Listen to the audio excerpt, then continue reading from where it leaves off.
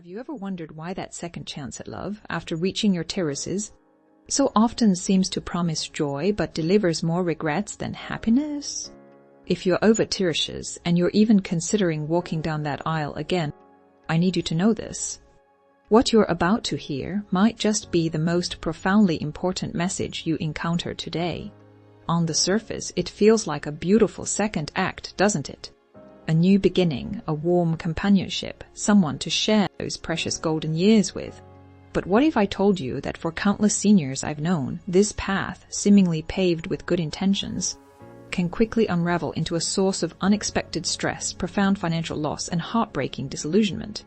The truth, my dear friends, is that once you cross the 70-year mark, the landscape of remarriage shifts dramatically. The gentle breezes of budding romance can suddenly whip into a whirlwind of financial chaos, emotional turmoil that can rock your world, and even legal complications you never saw coming.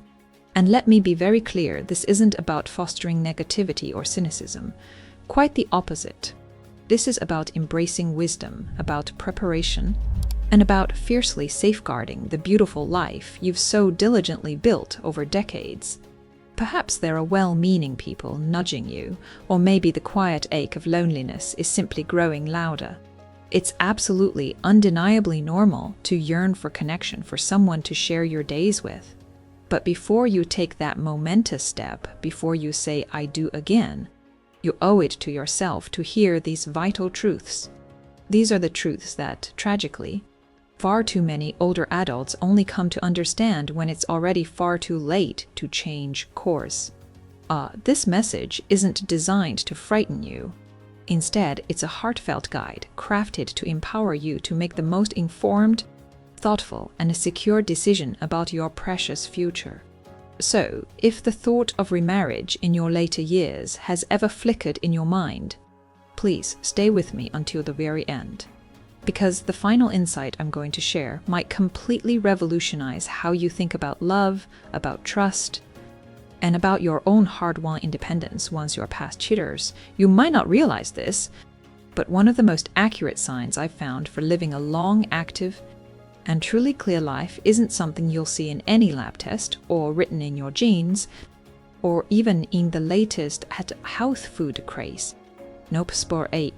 It could be hiding right there in your everyday movements, in the rhythm of your walk, the way you let out a full, hearty laugh, how easily you recall a dear friend's face from years ago, or even just how you open your window to greet the morning sun. The real clues to a long life are so much simpler and closer than I ever imagined, and yet they're incredibly easy to miss. I've heard it said so many times, haven't you, that after a certain age, so much is already decided. Our genes, our family history, doctors, bless their hearts, sometimes make it sound like it's all pre-written for us. Like some folks are just lucky enough to have a long-lived parent, and others, well, they just weren't so fortunate. But I'm here to tell you, that's simply not the whole story. Modern science is actually telling me something very clear. Our genetics are just the starting point. The rest, my dear, is what we build on that foundation ourselves. And the beautiful truth is, you can start building, rebuilding, or adding to that foundation at any age. Speaking of connection, I truly love to hear from you. It always brightens my day to know who's watching. Please take a moment and drop your name and the city you're tuning in from in the comments below.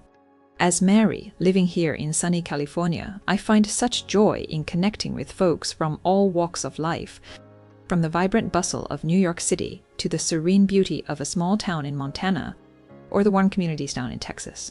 And if you're enjoying what I'm sharing, I'd be so grateful if you'd consider subscribing. Your support really helps me share these important insights with even more people, allowing this message to reach those who need it most. Take Professor Linda Fried from Columbia University, for example. She's been studying people who live to be incredibly old all over the world, and she came to such an unexpected realization. The folks who are living the longest lives, they're not all looking like Olympic athletes or strict vegans. Often, they're just regular people. But there are these subtle, almost hidden details that they all share. And these details aren't what you might expect. It could be something as simple as the way you laugh, or the speed at which you stroll down the sidewalk, or even how many old friends you've kept in your life. It's these small, seemingly insignificant things that really add up and predict whether someone is going to live a long, vibrant life. And here's what's truly amazing. So much of this you can cultivate within yourself. You can literally start today calmly without any big heroic efforts, just at your own pace, and I promise you, you might start feeling a real difference in just a week. Number 1, the perilous path of financial vulnerability. At first glance, finding love after teasers feels like an unmitigated blessing, doesn't it? Suddenly, there's someone new in your life, a companion to share conversations with, to enjoy quiet dinners, to simply experience the gentle rhythms of life alongside. But what many seniors, even those with decades of wisdom, fail to fully grasp is that remarriage at this stage can, with astonishing speed, erode their painstakingly built financial safety net far more quickly than they could ever anticipate. Think about it. You've spent decades, perhaps a lifetime, diligently building your nest egg, your retirement funds, the house you call home. These are the tangible results of years of hard work, discipline, and careful planning. Yet, with a single legal signature, one seemingly innocent trip to the county clerk's office, all of that can suddenly be placed in a precarious position. And it's often not because your new spouse harbors any ill will or malicious intent. No, the danger lies in the cold, hard reality of the law. Marriage, by its very nature, legally merges assets and responsibilities. Consider this if your new partner carries substantial debts, if they have lingering medical bills from past illnesses, or if they have adult children from a previous marriage who harbor specific financial expectations, perhaps for an inheritance or ongoing support. You suddenly, unequivocally become entangled in their financial world. Whether you explicitly agree to it or not, their obligations can become your problem. I've heard so many stories, particularly from women, who enter remarriage convinced they can simply maintain separate finances. They say, "My money is mine, and theirs is theirs." But the legal system, my dear, doesn't always work that way. Once you're legally married, you could unknowingly lose eligibility for certain crucial benefits. This might include a portion of your hard-earned pension, vital survivor's benefits from a previous spouse, or even participation in certain social assistance programs that you depend on for your daily living. I've personally witnessed the heartbreaking shock of women discovering their survivor's pension was abruptly cut off after remarrying, only realizing the devastating financial blow when their regular monthly income simply stopped arriving. Imagine the panic, the feeling of betrayal, when a steady stream of income you relied upon simply vanishes. Now, let's talk about your legacy. You likely have adult children, perhaps beloved grandchildren, for whom you've meticulously planned a future. You've envisioned your assets providing comfort or opportunity for them long after you're gone. But remarriage, undertaken without the most stringent and precise legal arrangements, can easily divert your assets away from your intended beneficiaries and towards your new spouse, or, even more unsettling. And here's the often overlooked truth. Even if you implicitly trust your partner today, relationships can change, family dynamics can sour after a loss, and promises, even well-intentioned ones, can be broken or misinterpreted. In such scenarios, the financial fruits of your entire life's labor could slip irrevocably through your fingers. The psychological toll of such financial loss is truly heavy. Seniors who suddenly find themselves in a precarious financial state often report feelings of profound helplessness, overwhelming anxiety, and even deep shame. They might try to conceal their struggles from their children, or, even worse, desperately attempt to sugarcoat the situation, leading to further isolation. The independence they fought so valiantly to secure, that precious sense of self-reliance, gradually begins to crumble. And the very marriage that was entered into with hopes of bringing boundless joy transforms into a daily, agonizing reminder of their lost freedom and diminished dignity. Take, for instance, the poignant case of Eleanor. She was 6 years young when she remarried a kind, gentleman she met through their shared church community in Arizona. Both had lost their previous spouses and genuinely found solace and comfort in each other's company. What Eleanor tragically didn't realize was that her new husband carried substantial, undisclosed medical debts and possessed virtually no personal savings. Within a mere 2 years, Eleanor found herself compelled to exhaust a significant portion of her own meticulously saved retirement funds just to keep him financially afloat. And when her own children, who had always relied on her quiet strength, discovered that she had, under subtle but persistent pressure from her new husband, quietly altered her will, their once peaceful family life descended into a silent, agonizing financial panic. At Tischer's, financial stability isn't merely about having money. It is, at its core, about peace of mind, a profound sense of self-worth, and the unwavering ability to live life exactly on your own terms. Remarriage, while it can certainly offer genuine emotional comfort, harbors financial consequences that can be nothing short of catastrophic. If you've reached this age with a secure roof over your head, food in your fridge, and a well-defined plan for your future, I implore you, pause and truly reflect before you even consider walking down that aisle again. Your heart might be emphatically saying yes, but you must ensure your wallet isn't desperately whispering, please, for the love of everything you've worked for, no. Number 2, the overwhelming burden of health responsibilities. When you remarry after TIS, you're not just sharing your heart, you're essentially signing up to be a part of someone else's health journey, even if you don't realize it. And at this age, health isn't a secondary topic, it moves front and center every single day. All your life, you've likely cared for others, your children, a spouse, perhaps even aging parents. And now, just when you're finally ready to take a breather and focus on your own well-being, remarriage can pull you right back into a caregiver role. Let's be honest, by Tissers, most of us are already navigating doctor's appointments, managing medications, and perhaps adhering to special diets. Maybe you have arthritis in your knees, high blood pressure, or you're managing diabetes. These aren't minor details. They demand energy. Now, imagine bringing someone into your life with even more complex medical needs. Suddenly, you're not just responsible for yourself, but for them too.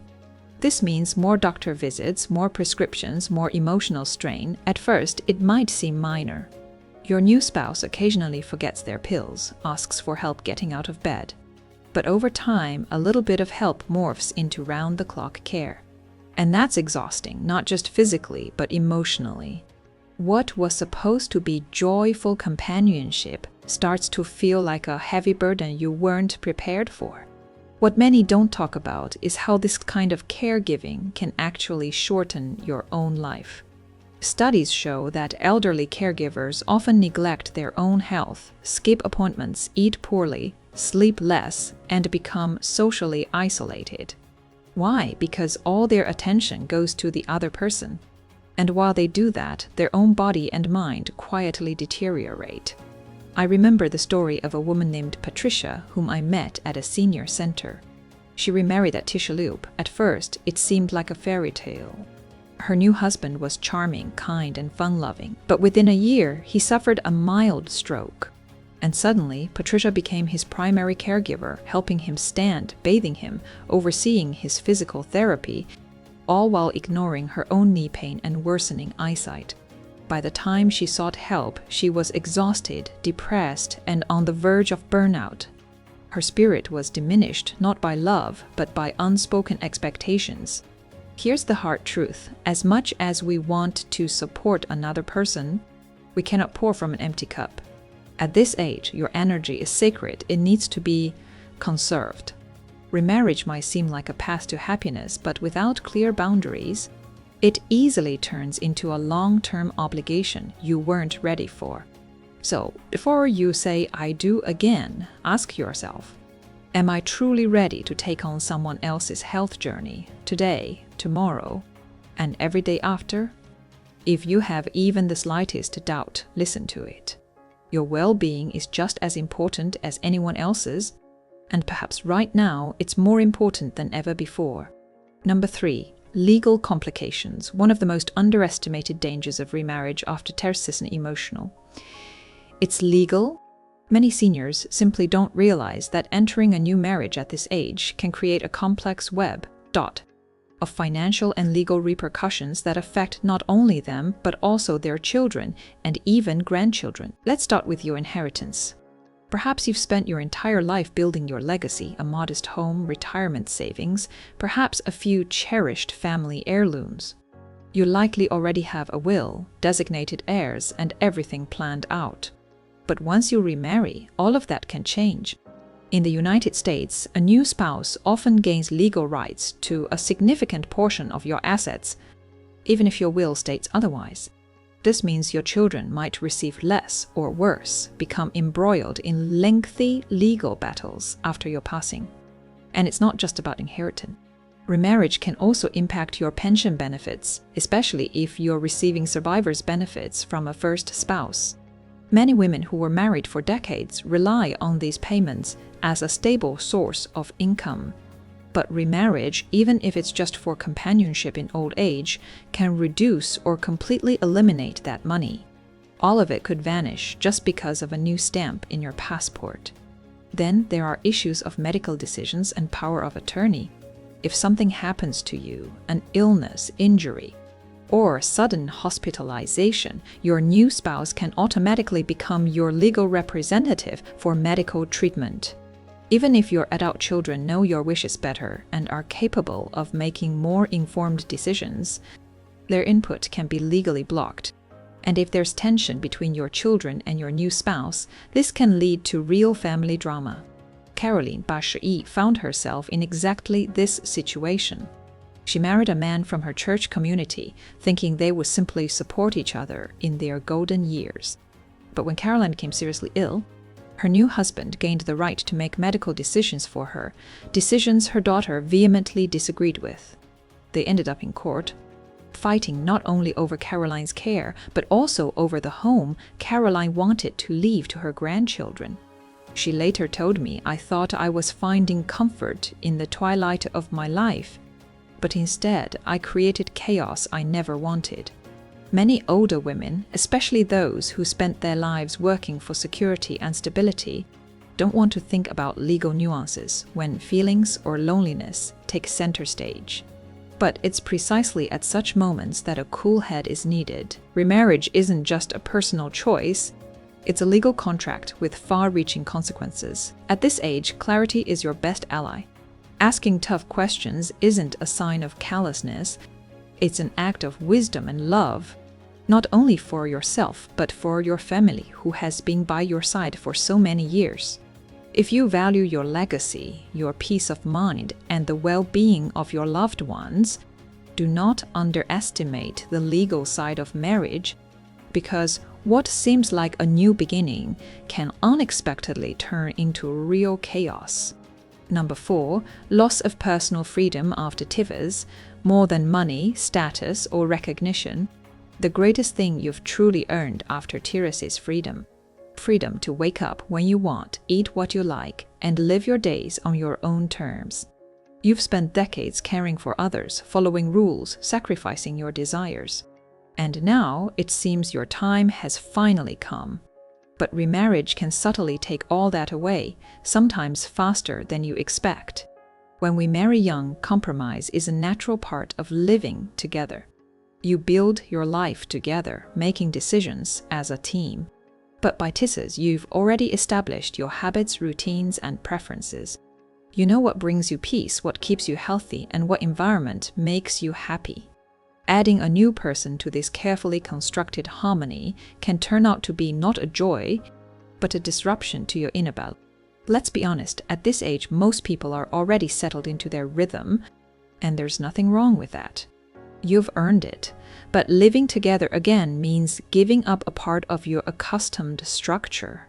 Maybe your new spouse loves watching TV from morning till night, while you cherish silence and your peaceful morning rituals with a newspaper. Or perhaps they expect 3 full meals a day, and you've long been accustomed to a light and flexible eating schedule.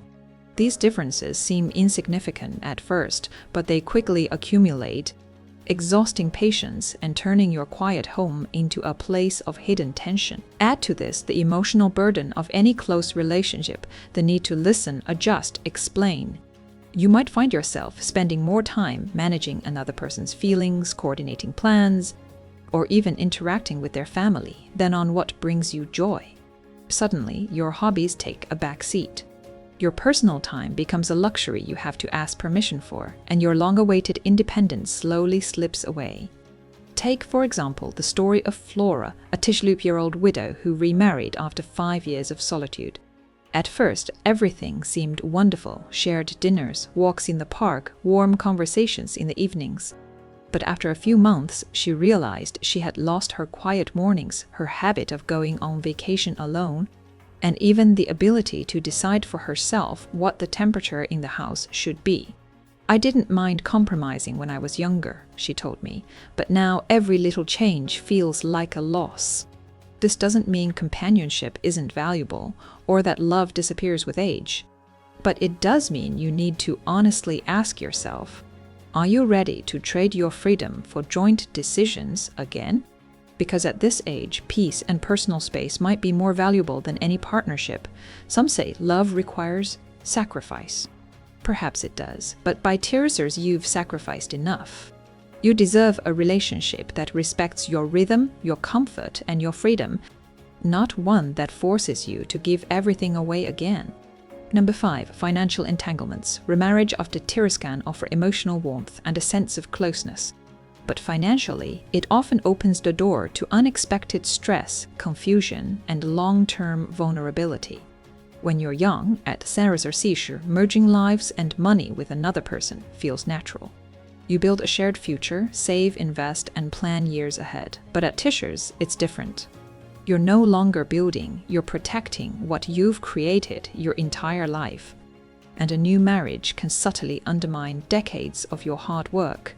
Money in later life isn't just numbers in a bank account, it's your security, independence, and freedom of choice. But when you remarry, your financial life doesn't just expand, it merges with someone else's. This means your assets, pensions, social security benefits, and even debts can become shared, depending on how your union is legally structured. And if every detail isn't ironed out on paper beforehand, you can easily lose control of everything you own. Now, imagine your new spouse has children from a previous marriage. What happens to your money if you're no longer around? Will it go to your children or will it pass to theirs?